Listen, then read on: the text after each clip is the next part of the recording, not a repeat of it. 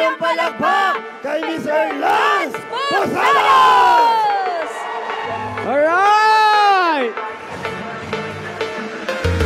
Good morning, Easy! Grabe, sobrang daming tao, no?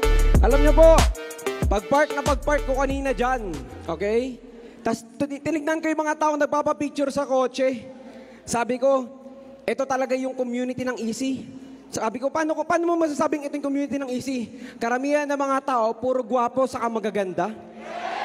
Yung taong sumigaw, siya yung naniniwala doon. Yeah. Alright, good morning everyone. By the way, I'm Lance, no?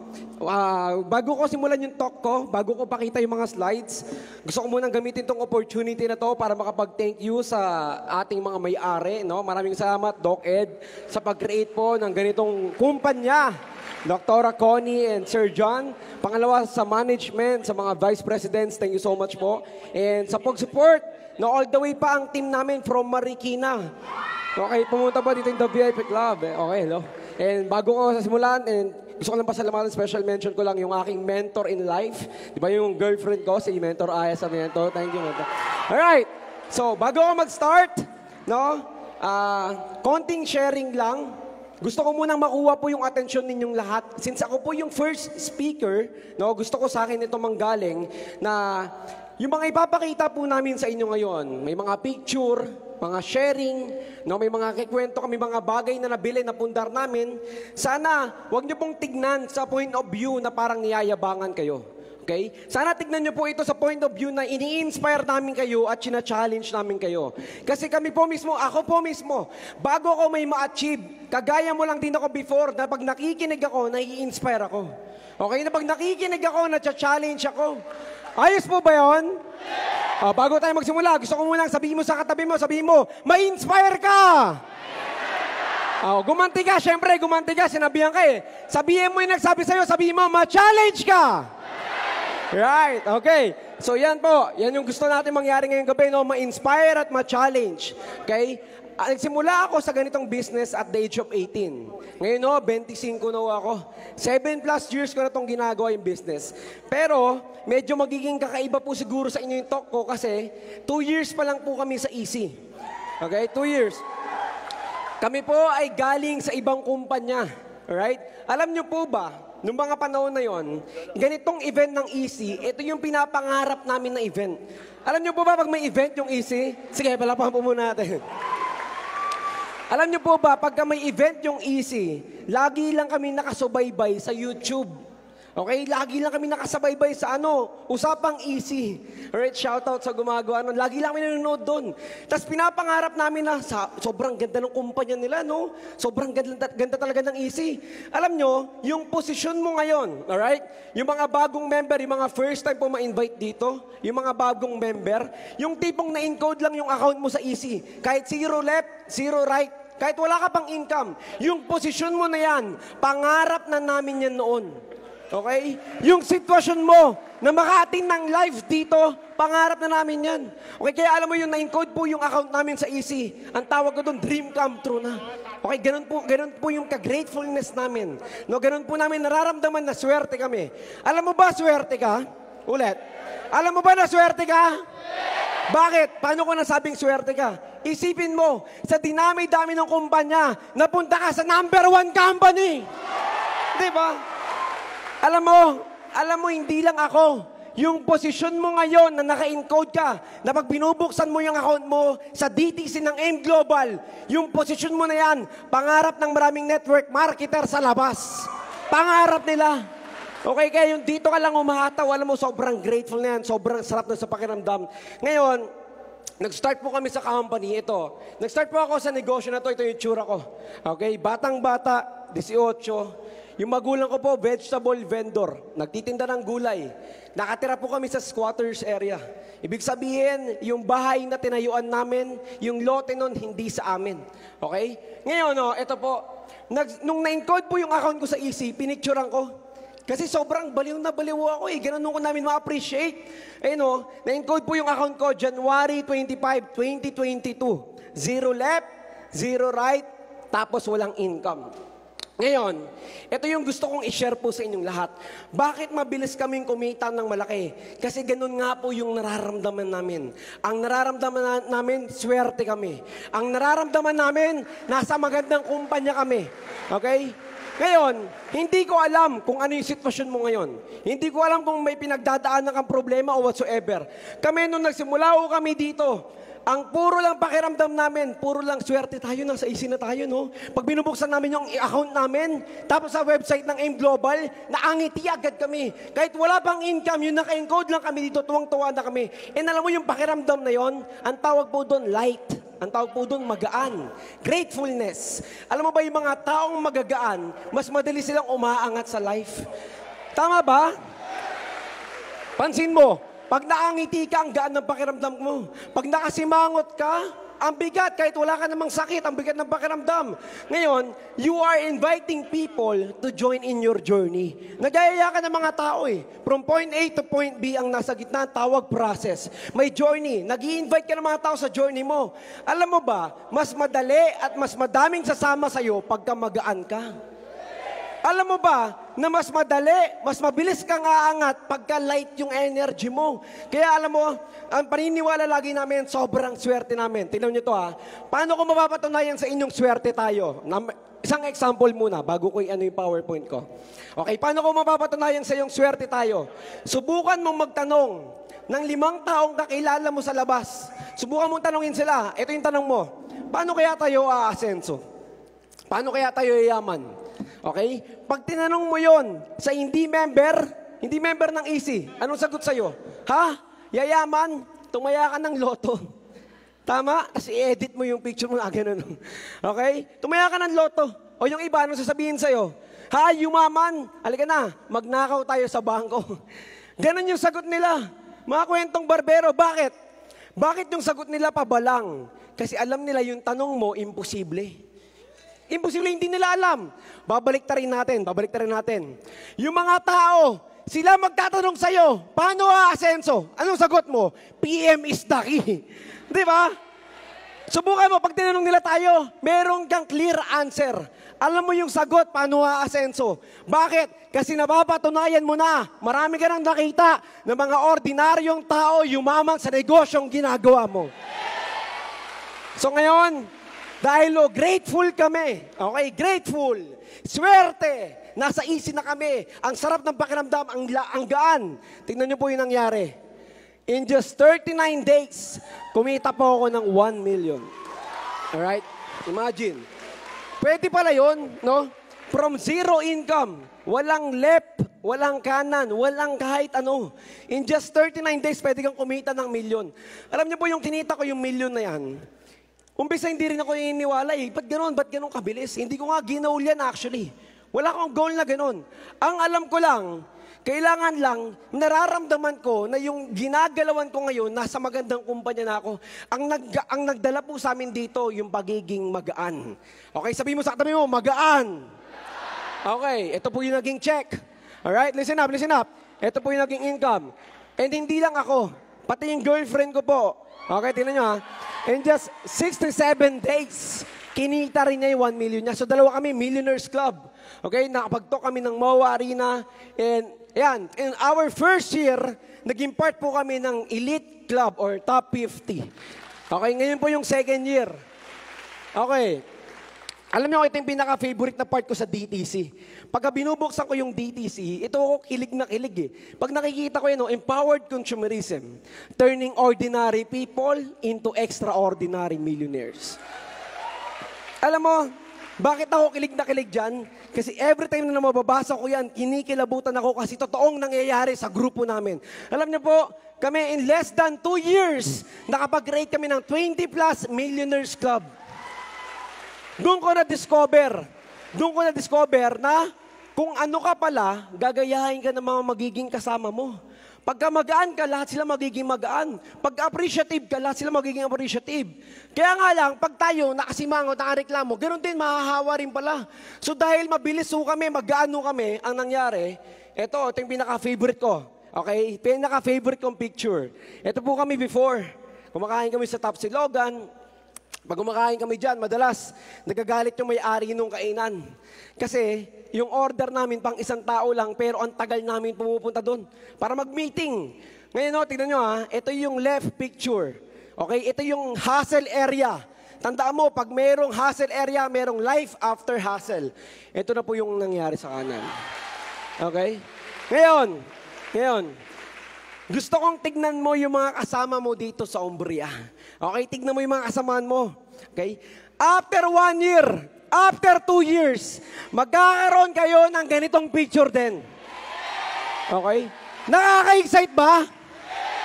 Isipin mo, magpapatawagan ng leaders meeting. Tara, leaders meeting tayo. Tapos pupunta yung mga dating kasama mo lang nag-commute.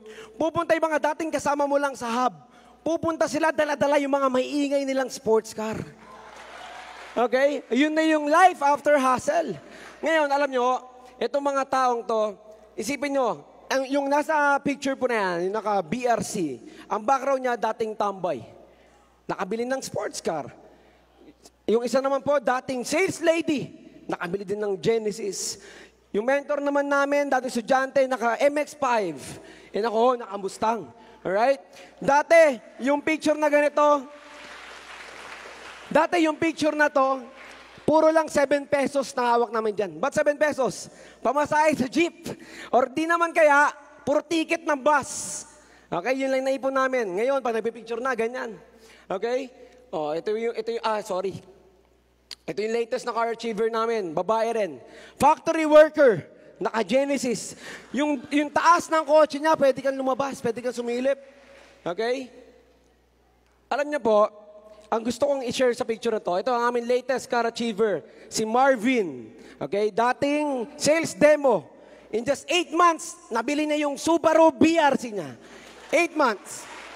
Okay? Ngayon, pag lumabas ka mamaya, tas tinigilin po yung mga kotse, ito po yung gusto kong maramdaman mo. Mag-imagine ka na. Okay? Alin kaya dito yung dadaling ko pa uwi? Tama ba? Mag-imagine ka na. Mag-imagine ka na darating yung time, uuwi ka ng probinsya nyo. Uuwi ka sa nanay at tatay mo sa probinsya nyo, may event yung pamilya mo, meron kang daladalang kahit isa dyan na sasakyan. Ano kaya? Wait lang. Ano kaya yung mararamdaman ng nanay at tatay mo?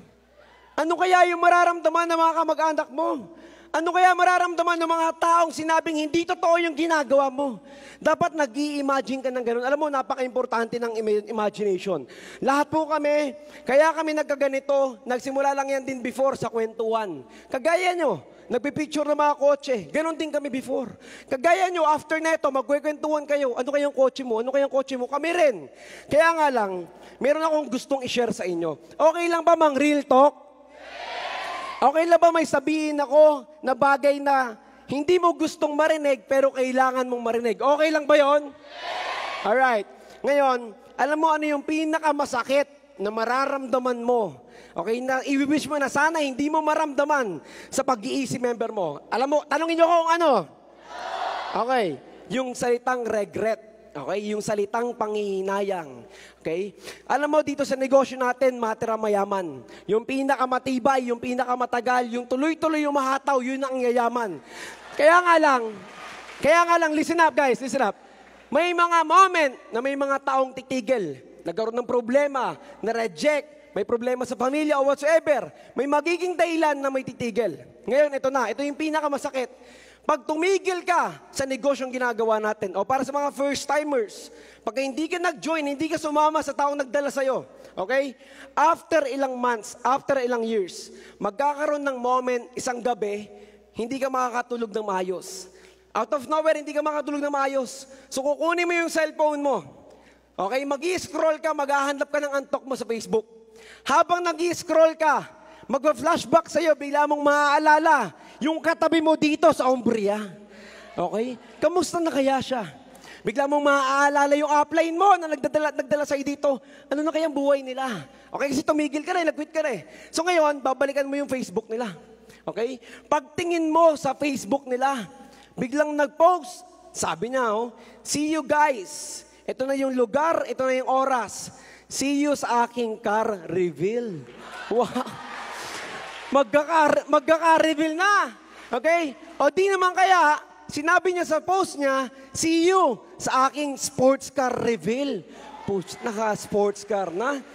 Ngayon, yung nandyan naman sa kanan mo, yung katabi mo sa kanan, biglang nag-post. Anong sabi? Excited na ako sa talk ko, sa The Gathering.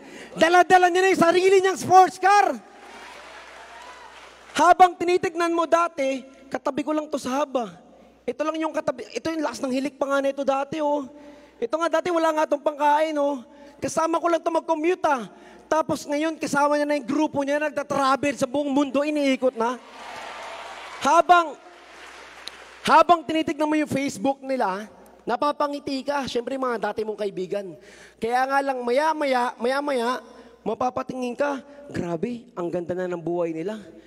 Kung hindi sana ako nag-quit, kung hindi sana ako tumigil, sana kasama pa rin nila ako sa tagumpay. Ngayon, sino ka dun sa dalawa? Ikaw ba yung hindi makatulog kakatingin ng Facebook ng mga dati mong kasamahan? O ikaw yung tinitignan? Ulit. Sino ka dun sa dalawa? Ikaw yung tumitingin o ikaw yung tinitignan?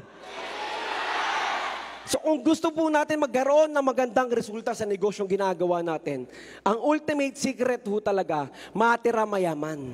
Ang pinaka nagiging mayaman o umaasenso ng sobra-sobra dito, yung mga taong matitiba, yung mga taong natitira. Sabihin mo sa katabi mo, matira mayaman! Okay, so yun yung pinakamasakit na pakiramdam. Okay, yung regret, na sana hindi ka mag-regret. Okay, pangalawa, pinakamasarap naman na pakiramdam. Kung mayroong pinakamasakit, mayroong pinakamasarap. Yung pinakamasarap na pakiramdam naman ho, yung future. Okay? Yung pag-i-imagine ng future. Naalala ko po ng mga panahon nagsisimula ako. Naglalakad ako pauwi galing sa hataw. Habang naglalakad ako pauwi, pag may nakita akong lata, tuwang-tuwa ako, sinisipa ko yung pauwi. Okay? Habang nag-iisip, alam mo, habang sinisipa ko yung lata na yon, nag-i-imagine ako na nag-create na ako ng script, nag-create na ako ng mga talk ko, na ini-imagine ko nagtutalk na ako sa ganitong event. Okay? Seryoso. Ini-imagine ko na to before. Kasi, alam ko sa sarili ko, na basta pag hindi nga ako titigil, hindi ako magiging mahina, hindi ako magpapasira sa mga distraction ng problema. Alam ko, pag tuloy-tuloy kong itong ginagawa, alam ko may dulo na nag-aantay sa akin. Merong dulo. Okay? Imagine nyo, yan, oh. Pag nag-road trip kami, ganyan na yung itsura. Wow! Dati, lagi kami mag-aasama sa jeep, sa bus. Ngayon, pag nag-road trip kami, ganyan na. Alam nyo, ang pinaka-favorite ko pag nag-road trip po kami, meron kaming dalang walkie-talkie. Okay? Kasi ayaw namin na hindi kami nagkakausap eh. So dati, lagi kami magkakausap sa bus, sa jeep. So ngayon, meron kaming dalang walkie-talkie. Para habang naglalakad kami, kaliwa, kanan, pasok. Habang nagda-drive kami, nagkakakwentuhan kami. Kasi malungkot eh. Ba't malungkot? Wala ka ng katabi. Kasi yung lahat ng kasama mo humataw. Darating yung time, pag tuloy-tuloy yan, magkakakotse rin yan. Okay? Yung leader mo, yung upline mo, yung business partner mo dito, yung katabi mo na yan. Pag tuloy-tuloy mag-hustle yan, dalasan mo na. Alam mo, kung meron man akong isang pinagsisisihan, ito yun. Sobrang konti ng picture namin sa jeep. Sobrang konti ng picture namin sa bus. Sana dinamihan ko na. Kaya ikaw mamaya, kung nag-commute ka papunta dito, kung commute ka pa uwi, damihan mo na yung picture. Damihan mo na yung video. Kasi darating yung time, mas maangas pag pinakita nyo, sabay-sabay kayo nagaganyan. Mas maangas tignan. Alright? Okay. So ito no, dati, kaming dalawa ng girlfriend ko, si Mentoraya, pagka lalabas kami, lagi kami mag-uusap. Okay, anong sasakyan natin? Jeep o tricycle? Okay? Bus na may aircon o wala? LRT o bus? Ngayon o, pagkaalis kami, anong dadali natin kotse? Kotse mo, kotse ko. Wow! Nagle-level up. Di ba? Nagle-level up. Ngayon, ito na po yung team namin, the VIP Club. na-experience na po namin na mag-rent ng yacht. Nagsimula sa unang yacht. Ayan, ngayon, pangatlong yacht na. Ito, nag-rent na rin po kami ng isang club para mag-celebrate ng aming year-end awarding, ng aming party. Okay, ito, dati, naiiyak kasi kami pag nanonood kami ng sine. May ingay kasi kami. Di ba, pati yung popcorn, maingay kami mag-alog. So, napag-usapan namin, pag manonood tayo ng sine, para hindi tayo mahiya, i-rent na natin yung buong sine. Pwede pala, no? May choice. May choice, no? Ito po, nagkaroon kami ng event. Ang tawag sa event namin, check reveal. No, yung mga income, yung mga check namin, ipapakita namin. Ang total ng na-claim namin check, 14.4 million. 14.4 million. Again, hindi ito pinapakita sa iyo para iyabang. Hindi ito pinapakita sa iyo para i-brag or whatsoever. Pinapakita namin to sa iyo kasi gusto po namin maintindihan mo na pag ginalingan mo, tumodo ka, huwag kang titigil, sipagan mo ng sobra. Kahit gaano man kalayo yung tingin mo na parang imposible pa lang, maniwala ka sa amin. Yung pakiramdam mo, pakiramdam namin dati yan. Pakiramdam din namin. Kaya alam nyo, magkano yung naging income ko doon sa 14.4 million? Okay, nag-click po ako ng check. Worth of 5.4 million. Sa naman ng DTC ko. Okay? Sabi ko, grabe no? Grabe pala yung kayang ibigay na buhay sa'yo ng easy. Grabe pala talaga yung kayang ibigay sa'yo ng negosyong to kung itotodo mo, seryosoin mo talaga. Ngayon, ito po yung nagiging monthly income natin. Minsan may income po ako, 1.4 million, October income. Kung sino mo mas malakas sa palakpak, siya na yung susunod! Sunod dalawa kami ng girlfriend ko. Nag-click siya ng 2.4 check. Ako, 2 million check. Combined income, 4.4 million. Alright? Kaya no, nakapag-travel na kami, iba't ibang country. Okay, pero ito yung pinaka-favorite kong travel. No? Nag-travel kami ng Taiwan para dun mag-celebrate ng New Year. Okay? Yung mga dating kasama ko lang sa hub, na pag mag-New Year kami, pinapatugtog lang namin doon yung countdown, tapos sa TV lang kami lang. After nun, iinom lang kami ng, anong alak yun, yung MP. Diba? Iinom lang kami ng mumurang alak, Red Doors lang, okay na, magbibidyo okay lang kami. Imagine guys, gaano ka worth it yung hataw mo? Gaano ka worth it pag sineryoso mo, ginalingan mo talaga? Nagkaroon kami ng desisyon na lahat kami sabay-sabay mag-countdown ng New Year sa Taiwan. Diba? Pinakamatagal na New Year yun sa buhay ko. Siguro, 15 minutes na. 15 minutes, tapos wala ka ng boses. Di ba, Happy New Year! Wala na. Wala ka ng boses, hindi pa tapos yung fireworks. Nakapag-picture ka na, pag-video ka na, hindi pa tapos. Ganun kaganda yung life after hustle. Tanda mo, life after hustle. Merong dulo sa ginagawa mo. Okay? And para makapag-give back kami sa aming community, sa aming team, no? Naglaan kami ng aming income kasi kami paniniwala namin mag-give back sa community. Okay? Nag-give back kami sa team namin, nag-create po kami ng sarili naming office. Okay? Nag-create kami ng BCO, nag-open kami ng BCO. Ito po yung itsura ng aming BCO. Alright? Na dati yung office namin, monoblock lang, chair lang, tapos may background lang na sticker, okay na. Diba? Ito, nag-upgrade talaga. Totoo talaga, paganda ng paganda. Alam mo sa easy, wala ka talagang choice eh.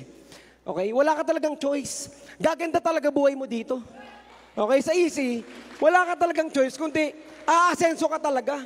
Kaya nga lang, binibigyan ka ng choice, ang binibigay sa ating choice, kung gaano katagal. Okay? Ikaw yung mag-create eh. Gaano mo katagal gusto umasenso? Ikaw yung sasagot. Paano mo sasagutin yon? Base kung gaano katindi yung hustle mo. Pag sobrang tindi mo humustle, sobrang bilis din kagad ng resulta. Tandaan po natin, okay, gusto ko po itong i-share. Respeto at saludo sa mga unang legend ng kumpanya. Respeto sa mga unang kumikita ng malaki. Pero tandaan mo, hindi porket bago ka, hindi porket wala kang grupo, hindi porket wala ka pang kita, hindi porket hindi ka pa kilala, ibig sabihin nun, imposible na. Hindi! Tandaan mo, gusto kong magbigay patunay sa inyo. Kami mo, yung grupo namin, 2 taon pa lang dito, pero kahit papaano may narating na. Gusto kong i-share sa iyo na wala to sa nauna, wala sa una uli. Kung gaano ka katindi, gaano ka kadeterminado, ganun kabilis magkakaresulta. Ganun kabilis. Alright? And yung office namin, dito na mag-e-encode ng mga codes, dito na mag-check ng mga income nila. Alright? O, ito po, pinakapangarap ko, natupad na. Diba, sabi ko nung umpisa, galing kami sa squatters area. Ibig sabihin, ni-research ko pa eh. Ibig sabihin ng squatters area, hindi sa inyo yung pinagtayuan nyo ng bahay. So ngayon, natupad na ho yung pangarap ko na makabili ng lote sa pangarap kong village. Okay? Yung village yun na yan sa Sun Valley. 18,000 per square meter. Bumili po ako ng 423, binayaran ko ng cash. Wow. Okay? Ngayon, habang bumibili po ako noon, binili ko yan at the age of 24. Sabi po nung pinagbibilang ko, Sir, kasi pumunta kami doon, nakamustang. Tapos binayaran ko ng cash. Sabi nung pinagbayaran ko, Sir, sinong tatay mo? Ha? Siyempre, binanggit ko yung pangalan ng tatay ko. Jason po. Sino yung nanay mo? Nanay ko, Ayla. Binanggit ko po yung pangalan ng nanay ko. Sabi ko, bakit niyo po tinatanong? Di ko kilala. Sa government po ba? Mayor po ba? Mayor. Akala nila, anak ako ng mayor. Hindi nila alam, member lang ng EC. Kayang bumili ng ganyan. Okay? Ngayon, ito po yung gusto kong itanong. Sino dito gusto magkaroon ng kahit isa dun sa pinakita ko? Sino po dito? Okay, gusto. Ngayon, ito po yung pinaka-gusto kong i-share before ako matapos sa PowerPoint ko. Okay? Marami po sa atin gusto magkaroon ng resultang malaki. Gusto magkaroon ng kotse, gusto ma-achieve yung pangarap. Kaya nga lang, karamihan sa atin, ito yung number 1 na pumipigil. Ano po yun? Yung pagti-TikTok mo, saka pag-Facebook mo. Okay? Huwag mong gamitin, makinig po kayo. Siyempre, ito yung gagamitin natin sa hustle. Pero huwag kang magpagamit sa internet. Babalik ta rin ko, huwag kang magpagamit sa internet. Gamitin mo yung internet para mag-hustle ka. Alam niyo kami, nung nagsimula kami, nagkaroon kami ng rules. Bawal manood ng video, bawal manood ng kahit ano, bawal mag-scroll, pag-hustle lang. Alam mo, maniwala kaya ko ito sinishare sa inyo. Kasi supposedly bawal, pero gusto kong i-share sa inyo kasi ito po yung nakatulong sa amin. Kaya kami mabilis kumita kasi naging quality yung hataw namin. Quality kasi hindi kami nadidistract sa kakapanood ng buhay ng ibang tao. Huwag kang manood. Dapat ikaw yung pinapanood. Dapat yung buhay mo yung pinapanood nila. Huwag kang nood ng mga social media, di ba? Lalo na pag hindi naman top earner, hindi naman HOF, huwag natin ubusin yung oras natin doon. Okay? Ngayon, ito po, last 3 slides. Gusto kong i-share tong picture na to sa inyo. Yung rock, yung bato, nire-represent niya yung pangarap mo. Yung wave, nire-represent niya yung hustle mo. Darating ka sa time, okay? Moment in your life, magkakaroon ng moment na mapapasabi ka na lang na, totoo ba to? Ma-achieve ko ba yung mga pangarap ko dito? Kasi yung wave, isipin mo, yung bato na represent yung pangarap mo. Every time na tumatama yung wave doon, parang wala naman nangyayari. Parang hindi naman nababasag. Marating ka sa moment na nag-hustle ka, mapapasabi ka na, kikita ba talaga ng milyon sa ganito? Parang hindi nga ako kumikita eh. Parang ang walang nangyayari. Parang ang layo-layo ko pa sa pangarap ko. Pero alam mo, yung ganyang pakaramdam, ganyan na din nararamdaman namin before, na nagdududa rin kami, dumarating kami sa point na parang napapaisip din kami, tama ba to? Sila lang ata yung magaling eh. Sila lang ata yung kumikita ng malaki. Napapaganon din kami. Pero alam mo, pagka tuloy-tuloy yung hampas ng wave dun sa bato, kahit mukhang imposible na yung bato mabasag, isipin niyo yung picture na yan, nabasag ng wave yung bato na sobrang consistency lang, na sobrang tuloy-tuloy na hustle lang. Tanda mo, hindi mo kailangan makita kung ano yung nandun sa dulo. Ang kailangan mo lang gawin, tuloy-tuloy ka mag-hustle. Kasi lahat ng mga posible sa amin ngayon, okay? Lahat ng mga posible sa amin ngayon, dati akala din namin imposible yon. Nagmukha lang posible yon nung may pambili na kami. Pero bago namin bilhin yon, hindi namin nakikita mangyayari yon. Hindi namin makikita magiging posible yon. Pero kaya ako pinapakita po sa inyo to lahat. Okay, ako po, 18 nagsimula, 25 ngayon. Pasintabi na ho. Meron ho dito mga mas matanda sa akin o mga mas bata o kaedad ko. Ngayon, gusto ko po kayong hamunin. Gusto kitang i-challenge. Kung ako, undergraduate, walang natapos sa paaralan, hindi nakapag-experience sa kahit anong trabaho, nagawa kong maka-achieve ng ganito, inahamon kita, kung kaya ko, dapat kaya mo rin! And last, before po ako ma-end, eto, Favorite ko po itong quotes, no? There are better starters than me, but I'm a strong finisher. Tandaan, hindi simula ang pinaka-importante ng journey mo. Ang pinaka-importante ng journey mo, kung paano mo tatapusin yung sinimulan mo. Andito ka na, member ka na,